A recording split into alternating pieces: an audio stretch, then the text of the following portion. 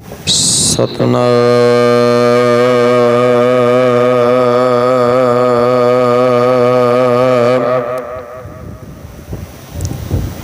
ਧੰਨ ਵਾਹਿਗੁਰੂ ਸਾਹਿਬ ਜੀ।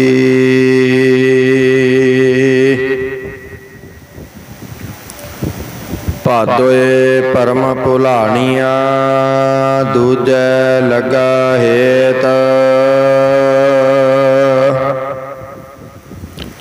ਲੱਖ ਸਿਗਾਰ ਬਨਾਇਆ, ਕਾਰਜ ਨਾਹੀ ਕੇਤ। ਜਿਤ ਦਿਨ ਦੇਹ ਬਿਨ ਸਸੀ, ਤਿਤ ਵੇਲਾ ਕਹਿਸਨ ਪ੍ਰੇਤ।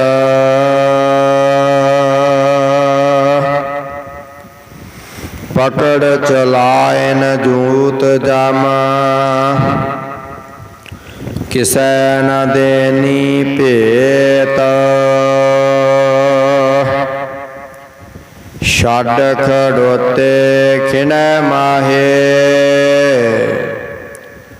ਜਿਨ ਸਿਉ ਲੱਗਾ ਹੇਤ। ਹੱਥ ਮਰੋੜੈ ਤਨ ਕਪੇ, ਸਿਆਹੋ ਹੋਆ ਸੇਤ। ਜੈਸਾ ਬੀਜੈ ਸੋ ਲੁਣੈ, ਕਰਮਾ ਸੰਦੜਾ ਖੇਤ। ਨਾਨਕ ਪ੍ਰਭ ਸਰਨਾਗਤੀ, ਚਰਨ ਬੋਹਿਥ ਪ੍ਰਭ ਦੇਤ। ਸੇ ਭਾਤੋਏ ਨਰਕ ਨ ਪਾਈਅਹੇ, ਗੁਰ ਰਖਨ ਵਾਲਾ ਹੇਤ। ਸੇ ਭਾਤੋਏ ਨਰਕ ਨ ਪਾਈਐ, ਗੁਰ ਰਖਨ ਵਾਲਾ ਹੇਤ। ਪਰਮ ਸਨਮਾਨਯੋਗ ਚਵਰ ਛਤਰ ਤਖਤ ਦੇ ਮਾਲਕ, ਵਾਲੀਏ ਕੁਲ ਆਲਮ ਸਰਬ ਕਲਾ ਸਮਰੱਥ ਸਤਿਗੁਰੂ, ਗੁਰਗੱਦੀ ਦੇ ਉੱਤੇ ਬਿਰਾਜਮਾਨ ਤਖਤ ਸਿੰਘਾਸਨਾਂ ਦੇ ਮਾਲਕ, ਜੁਗੋ ਜੁਗ ਅਟਲ ਧੰਨ ਧੰਨ ਸਾਹਿਬ ਸ੍ਰੀ ਗੁਰੂ ਗ੍ਰੰਥ ਸਾਹਿਬ ਮਹਾਰਾਜ ਜੀਆਂ ਦੀ ਪਾਵਨ ਅਤੇ ਪਵਿੱਤਰ ਹਜ਼ੂਰੀ ਦੇ ਵਿੱਚ ਅੰਮ੍ਰਿਤ ਵੇਲੇ ਤੋਂ ਹਾਜ਼ਰੀਆਂ ਭਰ ਰਹੀ ਗੁਰੂ ਪਿਆਰੀ, ਗੁਰੂ ਸਵਾਰੀ, ਗੁਰੂ ਰੂਪ ਸਾਧ ਸੰਗਤ ਜੀਓ, ਬਹੁਤ ਵਡਭਾਗੇ ਹੋ। ਬੜੇ ਵੱਡੇ ਭਾਗ ਨੇ ਆਪ ਜੀ ਦੇ, ਜੋ ਭਾਦੋਂ ਮਹੀਨੇ ਦੀ ਸੰਗਰਾਂਦ ਨੂੰ ਮੁੱਖ ਰੱਖਦੇ ਹੋਇਆਂ ਅੰਮ੍ਰਿਤ ਵੇਲੇ ਦੀ ਸੰਭਾਲ ਕਰਦਿਆਂ ਧੰਨ ਧੰਨ ਸ਼੍ਰੋਮਣੀ ਸ਼ਹੀਦ ਬਾਬਾ ਜੀਵਨ ਸਿੰਘ ਜੀਆਂ ਦੇ ਪਾਵਨ ਪਵਿੱਤਰ ਸਥਾਨਾਂ ਤੇ ਅੰਮ੍ਰਿਤ ਵੇਲੇ ਤੋਂ ਹਾਜ਼ਰੀਆਂ ਭਰ ਕੇ ਇਲਾਹੀ ਗੁਰਬਾਣੀਆਂ ਦੇ ਜਾਪ, ਪੰਜਾਂ ਬਾਣੀਆਂ ਦੇ ਨਿਤਨੇਮ, ਹੋਰ ਬੇਅੰਤ ਗੁਰਬਾਣੀਆਂ ਦੇ ਜਾਪ, ਸ਼੍ਰੀ 12 ਮਾਹ ਜੀ ਦੇ ਜਾਪ ਆਪ ਜੀ ਨੇ ਸਰਵਣ ਕੀਤੇ ਨੇ। ਆਓ ਕੁਝ ਸਮਾਂ ਜੋ ਸਤਿਗੁਰੂ ਧੰਨ ਗੁਰੂ ਗ੍ਰੰਥ ਸਾਹਿਬ ਮਹਾਰਾਜ ਇਸ ਮਹੀਨੇ ਦੀ ਪ੍ਰਥਾਏ, ਭਾਦੋਂ ਦੇ ਮਹੀਨੇ ਦੀ ਪ੍ਰਥਾਏ ਸਾਨੂੰ ਕੀ ਵਿਚਾਰ ਦੱਸਦੇ ਨੇ। ਆਓ ਸਤਿਗੁਰਾਂ ਦੇ ਚਰਨਾਂ ਦੇ ਵਿੱਚ ਥੋੜੇ ਸਮੇਂ ਦੇ ਲਈ ਧਿਆਨ ਜੋੜੀਏ, ਮਨ ਬਿਰਤੀਆਂ ਨੂੰ ਇਕਾਗਰ ਕਰਕੇ ਸ਼ਬਦ ਦੀ ਵਿਚਾਰ ਦੇ ਨਾਲ ਜੁੜਨ ਦਾ ਯਤਨ ਕਰੀਏ। ਵਿਚਾਰਾਂ ਦੀ ਸਾਂਝ ਪਾਉਣ ਤੋਂ ਪਹਿਲਾਂ ਆਓ ਇੱਕ ਵਾਰੀ ਸਾਰੇ ਫਤਿਹ ਦੀ ਸਾਂਝ, ਫਤਿਹ 'ਚ ਪਾਉਣ ਦੀ ਕਿਰਪਾਲਤਾ ਕਰੋ। ਕੋਈ ਵੀ ਰਸਨਾ ਗੁਰਮੁਖੋਂ ਵਾਂਝੀ ਨਾ ਰਵੇ, ਸਾਰੇ ਕਰੋ ਮੁਖ ਪਵਿੱਤਰ, ਸਾਰੀ ਆਖੋ ਜੀ ਵਾਹਿਗੁਰੂ ਜੀ ਕਾ ਖਾਲਸਾ, ਵਾਹਿਗੁਰੂ ਜੀ ਕੀ ਫਤਿਹ। ਸਤਿਗੁਰੂ ਗੁਰੂ ਪੰਚਮ ਮਹਾਰਾਜ ਜੀ ਦੇ ਪਵਿੱਤਰ ਉਚਾਰਨ ਕੀਤੇ ਹੋਏ ਬਚਨ 12 ਮਾਹ ਦੇ ਅੰਦਰ ਭਾਦੋਂ ਦੇ ਮਹੀਨੇ ਵਿੱਚ ਗੁਰੂ ਗ੍ਰੰਥ ਸਾਹਿਬ ਮਹਾਰਾਜ ਜੀ ਨੇ ਜੋ ਉਪਦੇਸ਼ ਦ੍ਰਿੜ ਕਰਵਾਏ ਨੇ, इस पवित्र वचन का आप जी ने पाठ सरवण किया है तो इस विच मनुख भादरों के महीने के मौसम के विच ना गुरमुखो घुटन महसूस करता है। साहिब कहते ने इस तरह ही जेड़े मनुख परमात्मा के चरणों नालों टुट के ते दूजे कामां विच पै जाते ने ना, उन्हां दे अंदर कदी भी टिका पैदा नहीं जी हुंदा, कदे भी उन्हां अंदर टिका पैदा नहीं होवेगा। सानू इस तरह लगता है कि मैं ही सब कुछ हाँ, मैं ही सब कुछ हाँ, पर अज समझ पै गई कि हे मेरे मालिका, मैं तो भरम भुलेखे दे विच ही भटकिया रहा। जिन्नी देर तक मेरे अंदर मैं दी हौमै खत्म नहीं ना हुंदी, गुरमुखो उन्नी देर तक मन ने तेरे नाल जुड़ना नहीं। जदों हवा बहुत तेज चले तो कुदरती तौर पर समुद्र का पानी जिहड़ा है ना, वो उछाले मारदा है, उछाले खा के लहरां का रूप धारण कर लैंदा है। कहते हैं कि जे भरम भुलेखे विच पै के कोई ये कह देवे कि समुद्र का पानी हो रहा है कि उठियां हुई लहरां का पानी जिहड़ा वो कुछ हो रहा है, तो लहर नूं समुद्र तो वख समझ लेना एक भरम है, एक भुलेखा है। कहते हैं कि हे प्रभु, असी भुलेखे दे विच फस गए। तेरे बनाए हुए जीव इस तरह के ने जिवें समुद्र तो विचों उठियां हुई लहरां। असी भुलेखे विच कह दिता कि परमात्मा हो रहा है ते संसार हो रहा है। इसे भरम दे विच मालिका तैनू कोई समझ ना सकिया, पर जदों वो लहरां शांत होईयां तां केवल समुद्र ही रह गया। अंदर दी भड़कना जिहड़ी मुक गई, खत्म हो गई। कोई बादशाह है, बादशाह रात अपने संघासन उत्ते सुता है, नींद आई तो सुपने में वेखदा है कि वह भिखारी बन गया, लोगों के दर दर तो मंग के खांदा पिया है। ते गुरमुखो जदों सुपना टुटिया तो अख खुली, समझ पै गई कि मैं राज भाग दे हुंदियां होइयां भी भिखारी बन गया। साहिब कहते ने इहो जिहा भरम सानू भी है, इहो जिहा भरम ही सानू है। असी आत्मक तौर पर शहजादे हाँ, मेरे मालिक ने निरंकार ने कृपा करके अपने पुत्र सानू बनाए गुरमुखो, पर माया का सुपना इहो जिहा लै लिया कि रूहानीयत का राज भाग गुरु वालों दिते होने के बावजूद भी असी भिखारी बन के दर दर ते मंगन लग पे। एक दर दे ना रहे, दर दर ते मंगन लग पे। धन गुरु अर्जन देव महाराज कहते ने भादो का महीना ही दुबदा वाला आ गया, भादो का महीना दुबदा वाला आ गया। क्यों दुबदा वाला किया है? असी तपदे आए हाँ, सावन दे विच तां मीह पैंदा है, चार चफेरे हरियावल हो जाती है। जदों भादरों आरंभ हुंदा है ना, एक पासे बदल बड़े ने, आसमान विच मीह पैंदा है, एक घड़ी तो बाद बदल चला जाता है। सूरज की तपश जदों आसमान ते आउंदी है ना, तां जिहड़े शरीर पहलां बदल दे विच सुख महसूस करदे सी, इक्को दम गर्मी पैण दे नाल उस नूं हुमस प्रतीत होई। भादो है ही दुबदा वाला, कदी हुमस लगेगी, कदी घबराहट लगेगी। जे भादो दे महीने विच मौसम घबराहट वाला है, तो जेड़े साईं नूं छड्ड के दुबदा विच पै गए ना गुरमुखो, उन्हां दे अंदर नूं देखी, उन्हां दे अंदर की घबराहट है। गुरु अर्जन साहब महाराज फरमान करदे ने, भादो ये भरम भुलाणियां, भादो दे महीने दे विच भरम दे विच पै गए। हजूर कहन लगे कि रब मेहर करे ते मनुख भरम तो भुलेखे तो बच जावे। भाई गुरदास जी कहते ने एक मिथ है कि हिंदुस्तान दे विच एक मिथ है कि हरीचंद राजे की नगरी आसमान दे विच है।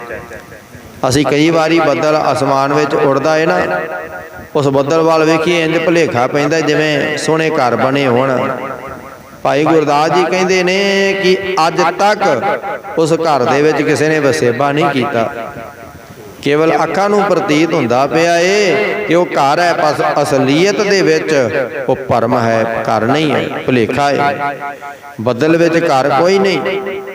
उन्हां दूसरी उदाहरण दी समझण दे लई कहण लगे, जदों गर्मी हुंदी है ना ते मारूथल दे विच रेगिस्तान दे विच रेत चमकदी है, इंज प्रतीत हुंदा है जिवें ये रेत नहीं है, ये पानी की एक झील है, चमकदी पई है, चमकदी हुई रेत पानी लगदी है। गुरु ग्रंथ साहब महाराज फरमाउंदे ने कि जिस नूं असीं सब तो उच्ची सुंदरता दे नाल तुलना देंदे आ ना, कि इहदियां अखां मिर्ग वालियां ने, पर जिन्ना मिर्ग भुलेखे दे विच पैंदा है, जिन्ना मिर्ग जिहड़ा भरम दे विच पैंदा है, शायद ही गुरमुखो इन्ना कोई भरम दे विच पैंदा होवे। उस मिर्ग नूं, उस हिरन नूं प्यास लगदी है, पानी दी बूंद दी खातर वो चमकदी होई रेत नूं देखदा है, प्रतीत हुंदा है, लगदा है जिवें पानी दा एक दरिया है। साहिब कहंदे ने किहड़े भरम दे विच पै गया, तेरियां अखां नूं भुलेखा पै गया। हकीकत यह है कि जिस नूं तू पानी समझदा है गुरमुखा, वो चमकदी हुई रेत है, उस विचों निकलदी अग है।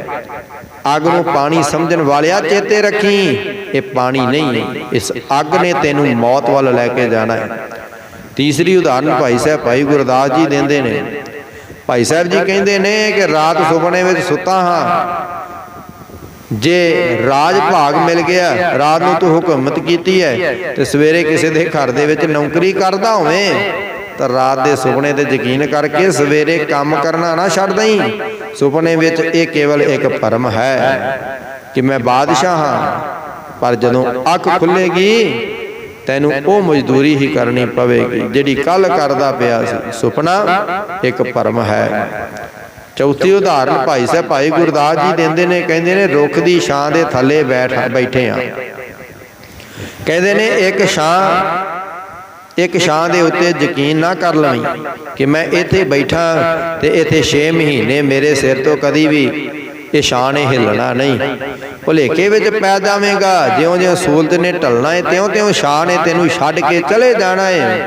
छां एक थां ते कदी भी खलोंदी नहीं गुरमुखो। इस उत्ते यकीन करना एक भरम है, एक भुलेखा है। भाई साहब ने एक 5वीं उदाहरण फिर देती है। कह लगे असी पिंडां थावां ते देखदे हां कि मदारी ने खेड खेडनी, उसने बंसरी ते डमरू वजाउणा, बाजी करदे देखदियां कीमती उन्हें वस्त्र, कीमती भांडे, इथों तक कि वह रुपईयां नूं भी कई अपने इलम दे नाल गायब करके ते लोकां नूं भुलेखे विच पा दिंदा है।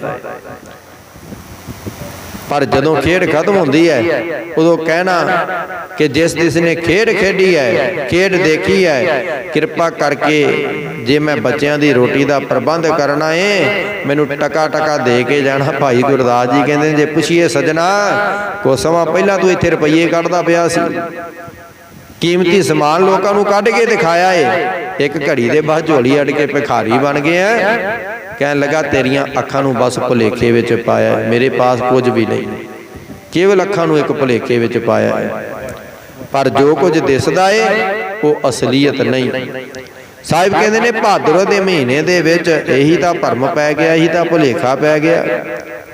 बदनां नूं घर समझी बैठा है, चमकदी रेत नूं पानी समझी बैठा है, सुपने नूं सच समझी बैठा है। कहते ने कि एक दूजे दे नाल हेत है, जिहड़ा दुबदा विच पै जावे प्यारिओ कि उसनूं कोई मंजिल जिहड़ी है मिल सकेगी। जिहड़ा दुबदा विच पै गया उहनूं कदे भी मंजिल नहीं जे मिलदी। भाई साहब जी नूं किसी ने पुछया कि दूजा हेत की है? भाई गुरदास जी कहंदे ने जदों तू चेहरा देखदा है, शीशा ठीक तेरे सामने होवे, इस शीशे दे विच देखेगा तां केवल तेरा एक चेहरा ही नज़र आवेगा। जे तू एक शीशा अगे ते एक शीशा पिछे रख लवे ना, वेखण लग पवे तां शरीर एक ही है, पर एक चेहरे दे कई होर चेहरे जिहड़े ने नज़र आउणगे, दूर दूर तक नज़र आउणगे। कह लगे कि जे किसी दा किसी एक दा हो जावेगा ना ते मन तेरा एकाग्रता विच आ जावेगा। जे किसी दुबदा विच पै गया पता नहीं एक ही मन दे विच किन्ने फुरने तैनू सवाह कर देणगे। एक बेड़ी ते चढ़ेगा ते तैनू किनारा जरूर मिलेगा। जे खब्बा पैर एक बेड़ी दे विच, सज्जा पैर एक बेड़ी दे विच, ते कदी भी गुरमुखा मंजिल ते नहीं पहुंच सकदा। मनुख किते फस गया, किते चिक्कड़ विच डिग गया, आवाज़ दे के किसी नूं कहे कि मेरा हाथ पकड़ के कढ़ दिओ, हुण एक तां सज्जियों बांह पकड़ के खिंचे, दूसरा खब्बी बांह फड़ के ते उहनूं खिंची जावे ते कह लगे इस तरह डुबे होए निकलदे नहीं। जे चिक्कड़ विचों कढ़ना तां बांह सिर्फ ते सिर्फ इक्को नूं फड़ाउणी पवेगी, इक्को नूं पकड़ानी पवेगी। वो तो तेनू फड़ के जरूर खिंचेगा। जे खब्बा खब्बे पासे बांहां पकड़ लईयां, सज्जे ने सज्जे पासों पकड़ लईयां, दोवें एक दूसरे पासे खिंची जावे, एक दूसरे पासे खिंची जावे ते सज्जना हाथ तां टुट सकदा है, ਹੱਥ ਤੇ ਟੁੱਟ ਜਾਣਗੇ ਪਰ ਉਸ ਚੱਕਰ ਦੇ ਵਿੱਚੋਂ ਨਿਕਲੇਗਾ ਨਹੀਂ। ਗੁਰਮੁਖਾ ਇੱਕ ਸਾਈਂ ਨੂੰ ਛੱਡ ਕੇ ਦੂਸਰੇ ਸਾਈਂ ਦੇ ਨਾਲ ਮਿਲਣ ਵਾਲੇ ਦੀ ਮੰਜ਼ਿਲ ਕਿੱਥੇ ਹੈ? ਭਾਈ ਸਾਹਿਬ ਭਾਈ ਗੁਰਦਾਸ ਜੀ ਕਹਿੰਦੇ ਨੇ, ਪਿਆਰਿਆ ਹੁਣ ਬੰਦਾ ਕੁਰਸਤੇ ਪੈ ਗਿਆ, ਜਾਣਾ ਟਿਕਾਣੇ ਤੇ ਹੈ ਪਰ ਕੁਰਸਤਾ ਆ ਗਿਆ ਹੈ। ਜਦੋਂ ਅਸੀਂ ਸਫ਼ਰ ਕਰਦੇ ਹਾਂ ਕੁਰਸਤੇ ਤੋਂ ਮੁੜਦੇ ਹਾਂ ਗੁਰਮੁਖੋ, ਕੋਈ ਗਲਤ ਰਸਤੇ ਤੋਂ ਮੁੜਦੇ ਹਾਂ ਸਿਰਫ ਤੇ ਸਿਰਫ 1 ਮਿੰਟ ਲੱਗਦਾ ਹੈ। ਕਹਿਣ ਲੱਗੇ ਕਿ 1 ਮਿੰਟ ਦਾ ਮੁੜਿਆ ਹੋਇਆ ਬੰਦਾ ਜੇਕਰ ਸਹੀ ਦਿਸ਼ਾ ਨਾ ਮਿਲੇ, ਉਹ ਕਿੰਨੇ ਮੀਲ ਭਟਕ ਜਾਂਦਾ ਹੈ, ਕਿੰਨੇ ਮੀਲ ਦੂਰ ਲੰਘ ਜਾਂਦਾ ਹੈ। ਹੁਣ ਇੱਕ ਬੰਦਾ ਕਿਤੇ ਅੱਗੇ ਨਿਕਲ ਜਾਵੇ, ਉਹਨੇ ਪਲਟ ਕੇ ਆਉਣਾ ਹੋਵੇ, ਕਿੰਨਾ ਸਫ਼ਰ ਫਿਰ ਦੁਬਾਰਾ ਉਹਨੂੰ ਕਰਨਾ ਪਵੇਗਾ। ਕਹਿਣ ਲੱਗੇ ਦੇਖੀ ਜੇ ਇੱਕ ਨੂੰ ਛੱਡ ਕੇ ਦੂਸਰਾ ਵੇਖ ਕੇ ਤੇ ਪੈਰ ਪੁੱਟ ਲਿਆ ਨਾ, ਪਤਾ ਨਹੀਂ ਕਿੰਨੇ ਜਨਮ ਤੈਨੂੰ ਲੱਗ ਜਾਣਗੇ ਪਲਟ ਕੇ ਆਉਣ ਵਾਸਤੇ, ਪਤਾ ਨਹੀਂ ਕਿੰਨੇ ਕੇ ਜਨਮ। ਦੇਸ਼ ਵਿੱਚ ਇੱਕ ਹੋਵੇ ਬਾਦਸ਼ਾਹ, ਪਿੰਡ ਵਿੱਚ ਇੱਕ ਹੋਵੇ ਚੌਧਰੀ, ਤੇ ਪਿੰਡ ਦੀ ਪ੍ਰਜਾ ਦਾ ਭਲਾ ਹੋ ਸਕਦਾ। ਪਰ ਜੇ ਕਿਤੇ ਪਿੰਡ ਦੇ 2 ਰਾਜੇ ਹੋਣ, 2 ਬਾਦਸ਼ਾਹ ਆਪਸ ਵਿੱਚ ਲੜਦੇ ਹੋਣ, ਉਹ ਪਿੰਡ ਦਾ ਕਦੀ ਵੀ ਗੁਰਮੁਖੋ ਸਕੂਨ ਦੇ ਨਾਲ ਉਹ ਪਿੰਡ ਵੀ ਬੈਠ ਕੇ ਨਹੀਂ ਜੇ ਬੈਠ ਕਿਤੇ ਵੀ ਸਕੂਨ ਦੇ ਨਾਲ ਨਹੀਂ ਬੈਠ ਸਕਦਾ। ਦੋਵਾਂ ਨੇ ਆਪਣਾ ਆਪਣਾ ਹੱਕ ਜਤਾਉਣਾ ਹੈ, ਉੱਥੋਂ ਰਹਿਣ ਵਾਲੇ ਲੋਕ ਦੁਖੀ ਹੋ ਜਾਣਗੇ। ਸਾਹਿਬ ਕਹਿਣ ਲੱਗੇ ਕਿ ਸੁਹਾਗਣ ਉਹ ਹੈ ਜਿਹਨੂੰ ਇੱਕ ਸਾਈਂ ਦੇ ਉੱਤੇ ਯਕੀਨ ਹੈ। ਸਾਹਿਬ ਨੇ ਆਖਿਆ ਲੱਖ ਸ਼ਿੰਗਾਰ ਬਣਾਇਆ ਕਾਰਜ ਨਾਹੀ ਕੇਤ। ਅਸੀਂ ਇਸ ਦਾ ਅਰਥ ਸਰੀਰ ਦੀ ਚਮੜੀ ਉੱਤੇ ਸ਼ਿੰਗਾਰ ਕਰਨਾ ਨਹੀਂ ਕਰਾਂਗੇ। ਲੱਖ ਸ਼ਿੰਗਾਰ ਇਸ ਦਾ ਆਖਰੀ ਅਰਥ ਹੈ ਜੇ ਕੋਈ ਲੱਖਾਂ ਸ਼ਿੰਗਾਰ ਕਰ ਲਵੇ ਤੇਰੇ ਕਿਸੇ ਅਰਥ ਨਹੀਂ।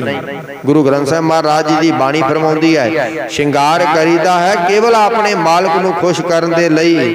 ਕਹਿਣ ਲੱਗੇ ਜੇ ਮਾਲਕ ਦੇ ਚਰਨਾਂ ਦੇ ਨਾਲ ਤੇਰਾ ਨੇਹ ਹੀ ਨਹੀਂ ਤਾਂ ਲੱਖਾਂ ਸ਼ਿੰਗਾਰ ਤਨ ਉਤੇ ਕਰੀ ਜਾ, ਪਰ ਪਤੀ ਦੀ ਪ੍ਰਸੰਨਤਾ ਨਹੀਂ ਮਿਲਣੀ। ਸ਼ਿੰਗਾਰ ਦਾ ਅਰਥ ਹੈ ਕਿ ਮੈਂ ਧਰਮ ਦੇ ਕਰਮ ਤਾਂ ਕਰਦਾ ਪਿਆ, ਮੈਂ ਲਿਬਾਸ ਤਾਂ ਭਰਮੀਆਂ ਵਾਲਾ ਪਾਇਆ ਹੋਇਆ ਏ, ਸ਼ਿੰਗਾਰ ਤਾਂ ਕੀਤਾ ਹੋਇਆ ਏ, ਲੋਕੀ ਮੈਨੂੰ ਗੁਰਸਿੱਖ ਕਹਿਣ, ਪਰ ਸਾਹਿਬ ਕਹਿੰਦੇ ਨੇ ਅੰਦਰ ਗੁਰੂ ਦੇ ਨਾਲ ਪਿਆਰ ਨਾ ਹੋਵੇ ਤੇ ਲੱਖਾਂ ਸ਼ਿੰਗਾਰ ਕਰੀ ਜਾਵੀਂ, ਇਹਦਾ ਕੋਈ ਵੀ ਅਰਥ ਨਹੀਂ, ਉਹਦਾ ਕੋਈ ਵੀ ਮਤਲਬ ਨਹੀਂ, ਕੋਈ ਵੀ ਇਹਦਾ ਲਾਭ ਨਹੀਂ ਹੋਵੇਗਾ। ਪੰਡਤ ਜੀ ਨੇ ਜਨੇਊ ਪਾਇਆ ਤੇ ਧੰਨ ਗੁਰੂ ਨਾਨਕ ਸਾਹਿਬ ਮਹਾਰਾਜ ਜੀ ਸਾਹਮਣੇ ਆਇਆ ਹੈ ਤੇ ਕਹਿਣ ਲੱਗਾ ਮੈਂ ਬਿਲਕੁਲ ਧਰਮੀ ਆ, ਮੈਂ ਬਿਲਕੁਲ ਧਰਮੀ ਆ। ਮੇਰੇ ਗੁਰੂ ਸਾਹਿਬ ਕਹਿਣ ਲੱਗੇ ਕਿਉਂ ਕਹਿਣਾ ਹੈ? ਮੈਂ ਜਨੇਊ ਪਾਇਆ ਹੈ। ਪਿਆਰਿਓ ਦੂਜੇ ਨੂੰ ਕਹਿਣਾ ਬੜਾ ਆਸਾਨ ਹੈ, ਕਿਤੇ ਮਨਾ ਆਪਣੇ ਮਨ ਅੰਦਰ ਝਾਤੀ ਮਾਰ ਕੇ ਦੇਖੀ ਤੂੰ ਕਿਤੇ ਭੁਲੇਖੇ ਦੇ ਵਿੱਚ ਭੁਲੇਖਾ ਕਿਤੇ ਭੇਖ ਤਾਂ ਨਹੀਂ ਲਈ ਬੈਠਾ। ਸਾਹਿਬ ਕਹਿਣ ਲੱਗੇ ਪਿਆਰਿਆ ਤੇਰਾ ਇਹ ਸ਼ਿੰਗਾਰ ਕਿਸੇ ਅਰਥ ਨਹੀਂ। ਬਾਬਾ ਫਰੀਦ ਜੀ ਕਹਿੰਦੇ ਨੇ ਕਿ ਮਾਲਕਾ ਮੇਰੇ ਸ਼ਿੰਗਾਰ ਦੇ ਕੇ ਲੋਕ ਕਹਿੰਦੇ ਨੇ ਕਿ ਮੈਂ ਫਕੀਰ ਹਾਂ, ਪਰ ਮੇਰੇ ਅੰਦਰ ਨੂੰ ਕੋਈ ਤਾਂ ਸਮਝ ਕੇ ਮੇਰੇ ਅੰਦਰ ਨੂੰ ਕੋਈ ਦੇਖੇ ਤਾਂ ਸਮਝ ਪੈ ਜਾਵੇ ਕਿ ਇਕੱਲਾ ਸ਼ਿੰਗਾਰ ਹੀ ਹੈ, ਮੇਰਾ ਅੰਦਰ ਧਨੀ ਹੈ। ਸਾਹਿਬ ਕਹਿੰਦੇ ਨੇ ਜੋ ਪਹਿਨਦਾ ਏ ਉਹਦੇ ਅੰਦਰ ਕਮਾਈ ਵੀ ਹੋਵੇ। ਗੁਰਮੁਖੋ ਸਾਹਿਬ ਸੱਚੇ ਪਾਤਸ਼ਾਹ ਜੀ ਨੇ ਰਹਿਤ ਦਿੱਤੀ ਹੈ, ਸਤਿਗੁਰ ਜੀ ਨੇ ਕਕਾਰਾਂ ਦੀ ਦਾਤ ਦਿੱਤੀ ਹੈ, ਪਰ ਨਾਲ ਹੀ ਇੱਕ ਗੱਲ ਕਹੀ ਹੈ ਇੱਕ ਕਾਰ ਤੇਰੀ ਸੁਰੱਖਿਆ ਵਾਸਤੇ ਹੈ। ਇਹ ਤੇਰੇ 4 ਚੁਫੇਰੇ ਵਾੜ ਹੈ, ਵਾੜ ਉੱਥੇ ਚੰਗੀ ਲੱਗਦੀ ਜਿੱਥੇ ਖੇਤ ਦੇ ਅੰਦਰ ਫਸਲ ਹੋਵੇ। ਅੱਗੇ ਸਤਿਗੁਰੂ ਕਹਿੰਦੇ ਲੱਖ ਸ਼ਿੰਗਾਰ ਬਣਾਇਆ ਕਾਰਜ ਨਾਹੀ ਕੇਤ। ਲੱਖਾਂ ਸ਼ਿੰਗਾਰ ਕੀਤੇ ਪਰ ਕਿਸੇ ਅਰਥ ਨਹੀਂ ਜੇ ਸਾਈਂ ਦੇ ਨਾਲ ਨੇ ਨਹੀਂ ਨਾ। 100 ਸਾਖੀ ਵਿੱਚ ਗੁਰਦੇਵ ਦਾ ਇੱਕ ਪਵਿੱਤਰ ਬਚਨ ਆਉਂਦਾ ਹੈ। ਗੁਰੂ ਗੋਬਿੰਦ ਸਿੰਘ ਮਹਾਰਾਜ ਜੀ ਨੇ ਜਿੱਥੇ ਵੀਰ ਰਸ, ਕਾਵ ਰਸ, ਬੈਰਾਗ ਰਸ ਤੇ ਕੌਤਕ ਕੀਤੇ ਨਾ ਉੱਥੇ ਸਤਿਗੁਰਾਂ ਨੇ ਪਾਤਸ਼ਾਹ ਨੇ ਹਾਸ ਰਸ ਦੇ ਵੀ ਕੌਤਕ ਕਰਨੇ। ਉਹਨਾਂ ਕੌਤਕਾਂ ਦੇ ਵਿੱਚੋਂ ਹੀ ਗੁਰਮਤਿ ਦਾ ਉਪਦੇਸ਼ ਝਲਕਣਾ, ਗੁਰਮਤਿ ਦਿਸਣੀ। ਹਜ਼ੂਰ ਦੇ ਚਰਨਾਂ ਵਿੱਚ ਕੀਰਤਨੀ ਆਏ, ਜਦੋਂ ਉਹਨਾਂ ਸ਼ਬਦ ਪੜ੍ਹਨਾ ਤਾਂ ਰੋ ਪੈਣਾ, ਕਥਾ ਕਰਨੀ ਰੋ ਪੈਣਾ। ਇਹ ਗੁਰੂ ਗੋਬਿੰਦ ਸਿੰਘ ਜੀ ਚਿੱਤ ਨਹੀਂ ਕਰਦਾ ਤੇਰੇ ਦਰ ਨੂੰ ਛੱਡ ਕੇ ਜਾਣ ਦਾ। ਨਾਲ ਉਹਨਾਂ ਨੇ ਸੰਗਤ ਵੀ ਆਈ ਸੀ। ਸਾਹਿਬ ਨੇ ਕਹਿਣਾ ਕਿ ਨਹੀਂ ਭਾਈ, ਜੇਕਰ ਸਿੱਖ ਅੰਦਰੋਂ ਪ੍ਰੀਤ ਕਰੇ ਨਾ ਜਾਂ ਕਿਤੇ ਵੀ ਪਾਠ ਕਰੇ, ਗੁਰਬਾਣੀ ਪੜ੍ਹੇ ਤਾਂ ਵੀ ਗੁਰੂ ਦੇ ਨਾਲ ਜੁੜਿਆ ਹੈ। ਉਹਨਾਂ ਜਿੱਥੇ 4 ਸਿੱਖ ਇਕੱਠੇ ਹੋਏ ਤਾਂ ਕਹਿਣ ਲੱਗੇ ਗੁਰੂ ਗੋਬਿੰਦ ਸਿੰਘ ਜੀ ਸਾਡੇ ਵਰਗਾ ਨਹੀਂ, ਪਤਾ ਨਹੀਂ ਕਿਸੇ ਦੇ ਦਿਲ ਦੇ ਵਿੱਚ ਹੋਵੇ ਕਿ ਨਹੀਂ। ਸਾਹਿਬ ਨੇ ਇੱਕ ਦਿਨ ਪਹਿਰੇਦਾਰ ਨੂੰ ਆਖਿਆ ਕਿ ਜਿਹੜੇ ਸੱਜਣ ਰੋਜ਼ ਆ ਕੇ ਕਹਿੰਦੇ ਨੇ ਨਾ, ਇਹ ਜਦੋਂ ਜਾਣ ਲੱਗਣ ਨਾ ਸਾਡੀ ਆਗਿਆ ਤੋਂ ਬਿਨਾਂ ਇਹਨਾਂ ਨੂੰ ਆਨੰਦਪੁਰ ਸਾਹਿਬ ਤੋਂ ਬਾਹਰ ਨਾ ਜਾਣ ਦੇਈ। ਕੁਝ ਦਿਨ ਰਹੇ, ਹੁਣ ਅੰਦਰ ਪਰਿਵਾਰ ਦੇ ਮੋਹ ਦੀ ਤੰਦ ਨੇ ਖਿੱਚ ਪਾਈ। 100 ਸਾਖੀ ਵਾਲਾ ਕਹਿੰਦਾ ਕਿ ਇੱਕ ਦਿਨ ਉਸ ਤੁਰਨ ਲੱਗੇ ਤੇ ਸਮਾਨ ਬੰਨਿਆ, ਨਮਸਕਾਰ ਕੀਤੀ, ਜਦੋਂ ਦਰਵਾਜ਼ੇ ਦੇ ਕੋਲ ਗਏ ਨਾ, ਪਹਿਰੇਦਾਰ ਨੇ ਆਖਿਆ ਤੁਸੀਂ ਵਾਪਸ ਚਲੋ। ਕਿਉਂ? ਕਿਉਂਕਿ ਸਤਿਗੁਰੂ ਜੀ ਦੀ ਬਿਨ ਆਗਿਆ ਤੋਂ ਬਿਨਾਂ ਤੁਸੀਂ ਆਨੰਦਪੁਰ ਸਾਹਿਬ ਤੋਂ ਬਾਹਰ ਨਹੀਂ ਜਾ ਸਕਦੇ। ਕਈ ਦਿਨ ਬੀਤ ਗਏ, ਹੁਣ ਅੰਦਰ ਪਰਿਵਾਰ ਦੇ ਮੋਹ ਨੇ ਸਤਾਇਆ ਹੈ। ਉਹਨਾਂ ਵਿੱਚੋਂ ਇੱਕ ਨੇ ਆਖਿਆ ਕਿ ਇੱਕ ਕੰਮ ਕਰੋ, ਇਸ ਤਰ੍ਹਾਂ ਨਹੀਂ ਯਾਰ ਕੋ ਜਾਇਆ ਜਾਣਾ। ਇੱਕ ਜਾਣੇ ਨੂੰ ਫੱਟੇ ਦੇ ਉੱਤੇ ਪਾ ਲਓ ਤੇ ਕਹਿ ਦੇਵਾਂਗੇ ਕਿ ਸਿੱਖ ਠੀਕ ਨਹੀਂ ਸੀ, ਚਲਾਣਾ ਕਰ ਗਿਆ ਏ, ਇਹਨੂੰ ਫੱਟੇ ਉੱਤੇ ਪਾਓ ਤੇ ਉੱਪਰ ਚਾਦਰ ਪਾ ਕੇ ਸ਼ਬਦ ਪੜ੍ਹੀ ਜਾਵਾਂਗੇ। ਸੇਵਕ ਕੀ ਓੜਕ ਨਿਭੀ ਪ੍ਰੀਤ, ਜੀਵਤ ਸਾਹਿਬ ਸੇਵਿਓ ਆਪਣਾ ਚਲਤੇ ਰਾਖਿਓ ਚੀਤ। ਇਹਦੇ ਬਹਾਨੇ ਸ਼ਹਿਰ ਤੋਂ ਆਪਾਂ ਬਾਹਰ ਨਿਕਲ ਜਾਵਾਂਗੇ ਤੇ ਬਾਹਰ ਜਾ ਕੇ ਫੱਟੇ ਨੂੰ ਖੋਲ ਦੇਵਾਂਗੇ। ਉਹਨਾਂ ਫੱਟੇ ਦੇ ਉੱਤੇ ਇੱਕ ਸੱਜਣ ਨੂੰ ਪਾਇਆ, ਉੱਪਰ ਚਿੱਟਾ ਬਸਤਰ ਦੇ ਕੇ ਨਾਲ ਗਾਈ ਜਾਣ। ਗੁਰੂ ਗੋਬਿੰਦ ਸਿੰਘ ਮਹਾਰਾਜ ਸੱਚੇ ਪਾਤਸ਼ਾਹ ਮਹਾਰਾਜ ਸਾਹਮਣੇ ਆ ਗਏ। ਕਹਿਣ ਲੱਗੇ ਕੀ ਗੱਲ, ਕੀ ਹੋਇਆ ਹੈ? ਕਹਿਣ ਲੱਗੇ ਦਾਤਾ ਤੇਰਾ ਅਨਿਨ ਸਿੱਖ ਸੀ, ਬੜਾ ਪਿਆਰਾ ਸਿੱਖ ਸੀ, ਰਾਤ ਨੂੰ ਚਲਾਣਾ ਕਰ ਗਿਆ ਹੈ, ਇਸ਼ਨਾਨ ਕਰਵਾਇਆ, ਸੰਸਕਾਰ ਲਈ ਬਾਹਰ ਚੱਲੇ ਆ। ਸਾਹਿਬ ਰੁਕ ਗਏ, ਕਹਿਣ ਲੱਗੇ ਇੰਨੀ ਭਾਵਨਾ ਵਾਲਾ ਏ, ਫਿਰ ਇਹਦੀ ਚਿਖਾ ਸਾਡੀਆਂ ਅੱਖਾਂ ਦੇ ਸਾਹਮਣੇ ਬਣਾਓ, ਬਾਹਰ ਕਿਉਂ ਬਣਾਉਂਦੇ ਹੋ? ਹੁਣ ਜਿਹੜਾ ਵਿਚਾਰਾ ਕੱਪੜੇ ਵਿੱਚ ਲਪੇਟਿਆ ਹੋਇਆ ਸੀ, ਫੱਟੇ ਤੇ ਪਿਆ, ਉਹਨੇ ਕਿਹਾ ਕਿ ਹੁਣ ਕੀ ਬਣੇਗਾ? ਚਿਖਾ ਬਣਾਈ ਪਰ ਬੋਲਿਆ ਨਹੀਂ। ਜਦੋਂ ਉਹਨੂੰ ਉੱਪਰ ਪਾਉਣ ਲੱਗੇ ਨਾ, ਇੱਕਦਮ ਉੱਠ ਪਿਆ, ਕਹਿਣ ਲੱਗਾ ਮਹਾਰਾਜ ਤੁਸੀਂ ਜਾਣ ਨਹੀਂ ਸੀ ਦਿੰਦੇ, ਇਸ ਲਈ ਤੁਹਾਨੂੰ ਭੁਲੇਖੇ ਵਿੱਚ ਪਾ ਕੇ ਨਿਕਲ ਲੱਗੇ ਸੀ। ਅੱਗੋਂ ਆਪਣੀ ਗਲਤੀ ਨਹੀਂ ਮੰਨੀ। ਕਹਿਣ ਲੱਗੇ ਮਹਾਰਾਜ ਜੇ ਅਸੀਂ ਚੱਲੇ ਸੀ ਤਾਂ ਗੁਰੂ ਦਾ ਕੰਮ ਹੈ ਕਿ ਪਰਦੇ ਪਾਉਣਾ, ਪਰ ਤੁਸੀਂ ਤਾਂ ਸਾਡਾ ਪਰਦਾ ਪਾੜ ਹੀ ਦਿੱਤਾ। ਕਿਉਂ? ਗੁਰੂ ਗੋਬਿੰਦ ਸਿੰਘ ਮਹਾਰਾਜ ਕਹਿੰਦੇ ਗੁਰੂ ਦਾ ਕੰਮ ਪਰਦੇ ਪਾਉਣਾ ਹੈ, ਪਰ ਜੇ ਅੱਜ ਤੁਸੀਂ ਨਿਕਲ ਜਾਂਦੇ ਨਾ, ਮਨੁੱਖਾ ਜਨਮ ਤੁਹਾਨੂੰ ਬੜੀ ਮੁਸ਼ਕਲ ਨਾਲ ਮਿਲਿਆ ਏ। ਤੁਸੀਂ ਘਰ ਜਾ ਕੇ ਕਹਿਣਾ ਸੀ ਕਿ ਕਿਹੋ ਜਿਹਾ ਗੁਰੂ ਹੈ, ਜਿਹੋ ਜਿਹਾ ਗੁਰੂ ਉਹੋ ਜਿਹੇ ਅਸੀਂ ਆ, ਜਿਹੋ ਜਿਹੇ ਅਸੀਂ ਆ ਉਹੋ ਜਿਹਾ ਗੁਰੂ ਹੈ। ਜੇ ਗੁਰੂ ਸੱਚਾ ਹੁੰਦਾ ਤਾਂ ਸਾਨੂੰ ਰੋਕ ਲੈਂਦਾ। ਹਜੂਰ ਕਹਿਣ ਲੱਗੇ ਜਿਤ ਦਿਨ ਦੇਹ ਬਿਨ ਸੱਸੀ ਤਿਤ ਵੇਲੇ ਕਹਿਸਨ ਪ੍ਰੇਤ। ਸਤਿਗੁਰੂ ਕਹਿੰਦੇ ਨੇ ਜਿਸ ਦਿਨ ਇਸ ਸਰੀਰ ਨੇ ਬਿਨਸਣਾ ਏ, ਉਸ ਵੇਲੇ ਤੇ ਤੈਨੂੰ ਮੁਰਦਾ ਕਰਾਰ ਦਿੱਤਾ ਜਾਵੇਗਾ। ਜਿਹੜੇ ਤੈਨੂੰ ਕੱਲ ਤੱਕ ਜਿਉਂਦਾ ਕਹਿ ਕੇ ਆਪਣਾ ਕਹਿ ਕੇ ਤੇਰੇ ਨੇੜੇ ਲੱਗਦੇ ਸਨ, ਜਿਸ ਦਿਨ ਮੌਤ ਹੋਈ ਤਨ ਬਿਨਸਿਆ, ਤਾਂ ਸਾਹਿਬ ਕਹਿੰਦੇ ਨੇ ਇੱਕ ਗੱਲ ਹੋਰ ਚੇਤੇ ਰੱਖੀ ਗੁਰਮੁਖਾ, ਜਦੋਂ ਤੂੰ ਘਰੋਂ ਜਾਂਦਾ ਏ ਤੇ ਤੁਰਨ ਲੱਗਿਆ ਕਹਿਣਾ ਏ ਕਿ ਮੈਂ ਇੰਨੇ ਸਮੇਂ ਤੱਕ ਆਪਣੀ ਮੰਜ਼ਿਲ ਤੇ ਪਹੁੰਚ ਜਾਵਾਂਗਾ, ਪਰ ਜਿਸ ਦਿਨ ਮੌਤ ਆਈ ਤਾਂ ਦੱਸ ਕੇ ਜਾਣਾ ਕਿ ਮੈਂ ਚੱਲਿਆ ਹਾਂ ਤੇ ਕਿੱਥੇ ਚੱਲਿਆ। ਸਤਿਗੁਰੂ ਅੱਗੇ ਕਹਿੰਦੇ ਨੇ ਪਕੜ ਚਲਾਏ ਨ ਦੂਤ ਜਮ ਕਿਸੇ ਨਾ ਦੇਨੀ ਭੇਤ। ਉਹਨਾਂ ਨੇ ਕਿਸੇ ਨੂੰ ਇਹ ਭੇਤ ਨਹੀਂ ਦੱਸਿਆ ਕਿ ਅਸੀਂ ਇਸ ਨੂੰ ਕਿੱਥੇ ਲੈ ਕੇ ਚੱਲੇ ਆ। ਪਿਆਰਿਆ ਚੇਤੇ ਰੱਖੀ, ਛੱਡ ਖੜੋਤੇ ਖਿਨੇ ਮਾਹੇ ਜਿਨ ਸਿਉ ਲੱਗਾ ਹੇਤਾ। ਜਿਸ ਨੂੰ ਤੂੰ ਨੇ ਕੀਤਾ ਸੀ, ਇੱਕ ਖਿਨ ਲੱਗਾ ਤੇ ਸਾਰੇ ਛੱਡ ਕੇ ਪਰਾਂ ਹੋ ਗਏ। ਜਿਨ੍ਹਾਂ ਨਾਲ ਨੇ ਲੱਗਾ ਉਹਨਾਂ ਨੇ ਇੱਕ ਹੋਰ ਕੰਮ ਕੀਤਾ, ਜਿਨ੍ਹਾਂ ਨੂੰ ਆਪਣੇ ਕਹਿੰਦਾ ਸੀ ਉਹੀ ਚੁੱਕ ਕੇ ਲੈ ਗਏ। ਪਰ ਜਦੋਂ ਮੌਤ ਮਨਮੁਖ ਦੀ ਆਵੇ, ਸਤਿਗੁਰੂ ਕਹਿੰਦੇ ਨੇ ਹੱਥ ਮਰੋੜੈ ਤਨ ਕੱਪੇ। ਮੌਤ ਇੰਨੀ ਖਤਰਨਾਕ ਹੁੰਦੀ ਹੈ ਕਿ ਹੱਥ ਮੁੜ ਗਏ, ਤਨ ਕੰਮਣ ਲੱਗ ਪਿਆ। ਸਿਆਹੋ ਹੋਵਾ ਸੇਤਾ। ਜਿਨ੍ਹਾਂ ਦਾ ਤਨ ਪਹਿਲਾਂ ਕਾਲਾ ਸੀ ਜਾਂ ਹੋਰ ਰੰਗ ਦਾ ਸੀ, ਮੌਤ ਆਈ ਤਾਂ ਚਿੱਟਾ ਹੋ ਗਿਆ। ਫਿਰ ਜਿਸ ਮਨੁੱਖ ਨੇ ਕਰਮ ਕੀਤੇ ਉਹਦਾ ਅੱਗੇ ਕੀ ਬਣੇਗਾ। ਸਾਹਿਬ ਕਹਿਣ ਲੱਗੇ ਜੇ ਹਾ ਬੀਜੈ ਸੋ ਲੋਣਾ। ਜੋਤ ਕੁਝ ਤੂੰ ਬੀਜਿਆ ਸੀ ਉਹ ਵੱਢ ਲਿਆ। ਕਰਮਾ ਸੰਦੜਾ ਖੇਤਾ। ਇਹ ਸਰੀਰ ਖੇਤ ਨੇ ਜਿਹੋ ਜੇ ਕਰਮ ਦਾ ਬੀਜ ਪਾਇਆ ਸੀ ਉਹੀ ਮਿਲ ਪਿਆ। ਫਿਰ ਪਿਆਰਿਆ ਕਰਮੀ ਆਪੋ ਆਪਣੀ ਕੇ ਨੇੜੇ ਕੇ ਦੂਰ। ਹੁਣ ਅਸੀਂ ਕਵਾਂਗੇ ਕਿ ਇਥੋਂ ਤੱਕ ਤਾਂ ਸਿਰਫ ਨਿਰਾਸ਼ਤਾ ਹੀ ਪੱਲੇ ਪਈ ਸਾਡੇ। ਇਹ ਸ਼ਬਦ ਦੇ ਦੁਆਰਾ, ਇਸ ਮਹੀਨੇ ਦੀ ਦੁਆਰਾ ਜੋ ਸਤਿਗੁਰਾਂ ਨੇ ਉਪਦੇਸ਼ ਦਿੱਤਾ, ਇੱਥੋਂ ਤੱਕ ਤਾਂ ਨਿਰਾਸ਼ਤਾ ਹੀ ਪੱਲੇ ਪਈ।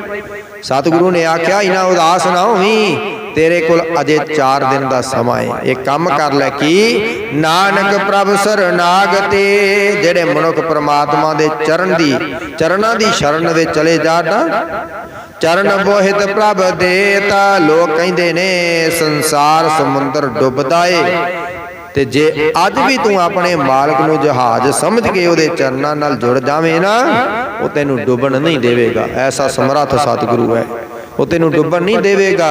से भादो नरक ना पाई है, भादो दे महीने दे विच वो कदी भी नरकां दे विच नहीं डुबणगे। कौन? साहिब कहन लगे गुर रखण वाला हेता, जिन्हां नूं रखण वाला गुरु है। फिर उन्हां भादो दे महीने दी भड़कना ते उस नूं गुरु नरक विच पैण नहीं जे दिंदा गुरमुखो। पर एक गल जरूर है, सुखमनी साहिब जी दा पाठ करदे आ ना, सतगुरां दा शब्द आउंदा है, सतगुर सिख की करै प्रितपाल, सेवक को गुर सदा दयाल। सिख की गुर दुरमत मल हिरै, गुर बचनी हर नाम उचरै। इस दे विच केवल गुरु जी दी सिफत है कि गुरु जी की करदे ने। ते अगे कहने सतगुर सिख का हलत पलत सवारै, नानक सतगुर सिख को जी नाल समारै। अगला पदा पढ़ियो, कह लगे सिख की करदा है, किस नूं गुरु नाम देंदा है, किस दी गुरु सहायता करदा है। गुर कै गृह सेवक जो रहे। प्यारिया जेड़ा गुरु दे चरना दे नाल लग गया, गुर की आज्ञा मन में सहै, आप उसको कर कश न जनावै। हर हर नाम हृदय सद ध्यावै, मन बेचै सतगुर के पास। तिस सेवक के कारज रास, सेवा करत होए निहकामी, तिसको होत प्राप्त स्वामी। जे गुरु जी कृपा करते ने तब फिर सिख अपना भेंट कर देवे, सिख अपना आप भेंट कर देवे तो फिर गुरु जहाज बन जाता है। गुरमुखो मन बेचै सतगुर के पास। गुरमुखो जिस तरह कोई गड्डी होवे, कोई इंजन होवे, कोई चीज़ सानू बार बार खराब करे ना, बार बार मिस्त्री नू ठीक करन वास्ते दईए ते मिस्त्री कोलों भी ठीक ना होवे, फिर की कहने कि भाई इनू वेच ही दईए। ये मन भी गुरमुखो इन्ना खराब हो चुका है, सतगुरु कहते ने फिर इनू भी वेच दे। ते बेचना किथे है? मन बेचै सतगुर के पास, मन नू सतगुरां नू वेच दे। वेचना किवें है? गुरमुखो गुरु की गल मन के, जो गुरु कहता है ना वो गुरु के बचन कमा के। जे गुरु दे असीं पुत्र कहाउने आ कि असीं गुरु दे पुत्र आ, असीं गुरु का परिवार है, क्योंकि सतगुरु कह के गए ने साडू सुखी बसै मोरो परिवारा, सानू परिवार बनाया है, असीं परिवार दे जी हाँ गुरु दे। ते जे असीं कहने आ ना कि असीं गुरु दे पुत्र हाँ ते गुरु दे बचनां उत्ते पहरा भी देना पवेगा। सतगुरु की कहंदे ने कादे वास्ते जन्म मिलिया सी? भई प्राप्त मानुख दे हुरिया गोबिंद मिलन की ये तेरी बरिया। आयो सुनन पढ़न को बाणी, नाम विसार लगे अन लालच बिरथा जन्म प्राणी। इस करके भाई सतगुरु कहते ने भादो का महीना उन्हां वास्ते सुखदायक हुंदा है जिहड़े गुरु के चरणों नाल जुड़ते हैं। असीं भी जतन करिए गुरु के चरणों के नाल जुड़न का जतन करिया करिए, अमृत वेले की संभाल करिया करिए, गुरु द्वारे हाजरियां भर के धन गुरु ग्रंथ साहिब महाराज जी नूं नमस्कार करिया करिए, ते सतगुरां दा शब्द अपने हिरदे विच वसाउण दा जतन करिया करिए। बाणी पढ़िए, बाणी नूं पढ़ के बाणी नूं विचार के उहदे आधार ते अपने जीवन नूं चलाउण दी कोशिश करिए।